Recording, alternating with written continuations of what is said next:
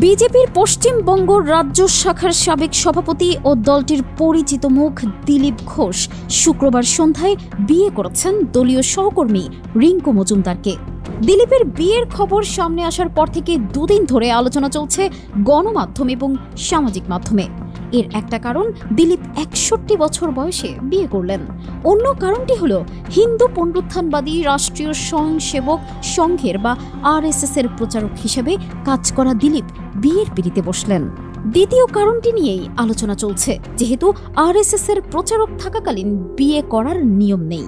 তবে দিলীপ ঘোষ ১৯৮৪ সাল থেকে RSS এর প্রচারক থাকলেও তাকে যখন বিজেপির পশ্চিমবঙ্গের সভাপতি হিসেবে পাঠিয়েছে সংঘ, তখন থেকেই তিনি আর প্রচারক নন।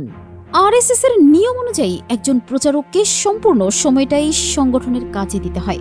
পরিবার প্রতিপালনের জন্য যদি সময় বের করতে হয়, তাহলে সংগঠনকে পুরো সময় দেওয়া সম্ভব নয় বলেই প্রচারকদের বিয়ে করার নিয়ম নেই। এ বিষয়ে একজন বিজেপি নেতা বলেন, একজন প্রচারককে পুরো সময়টাই সংঘের কাজে দিতে হয়, তাই আলাদা করে পরিবারকে দেওয়ার মতো সময় প্রচারকের থাকে না।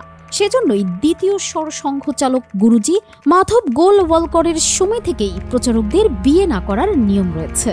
আবার সংঘের মাসিক অর্থায়নেই তার দৈনন্দিন খরচ চলে, তাই কোনো প্রচারককে যখন রাজনীতি করতে পাঠানো হচ্ছে, তখন তো তিনি আর সংঘের কাজ করছেন না, তার দৈনন্দিন খরচও সেই রাজনৈতিক দলকেই দিতে হবে। তাই প্রচারকও আর তিনি থাকতে পারবেন না।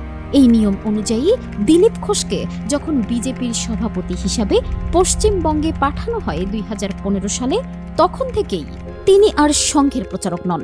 তারপরে তিনি ২০১৬ সাল থেকে বিধানসভার সদস্য ও ২০১৯ থেকে ২০২৪ পর্যন্ত তিনি সংসদ সদস্য ছিলেন। সেখান থেকে ভাতা পেতেন তিনি। অন্য কোনোভাবে অর্থের সংস্থান তৈরি হলে প্রচারক থাকা যায় না। বিজেপির প্রতিষ্ঠাতা সভাপতি অটল বিহারী বাজপেয়ী প্রথম সাধারণ সম্পাদকদের মধ্যে অন্যতম লালকৃষ্ণ আদভানি এবং ভারতের প্রধানমন্ত্রী নরেন্দ্র মোদী তিনজনই RSS এর প্রচারক ছিলেন।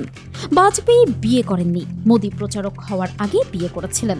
তবে প্রচারক হওয়ার পর সংসার জীবন থেকে বেরিয়ে এসেছিলেন। আদভানিও প্রচারক ছিলেন, তবে বিয়ের আগে প্রচারকের পদ থেকে নিজেকে সরিয়ে নিয়েছিলেন তিনি। RSS প্রধানের আনুষ্ঠানিক পদ নাম হল সরসংঘচালক। প্রতিষ্ঠাতা সরসংঘচালক কেশব বলিরাম হেদগিয়াওয়ার বা দ্বিতীয় সরসংঘচালক মাধব সদাশিব রাও গোলওয়ালকর থেকে শুরু করে বর্তমান সরসংঘচালক মোহন ভগবত কেউই বিয়ে করেননি। সরসংঘচালকরা প্রচারক পদ থেকেই উঠে আসেন। তবে একটা সময় ছিল যখন প্রচারকরাও বিয়ে করতে পারতেন।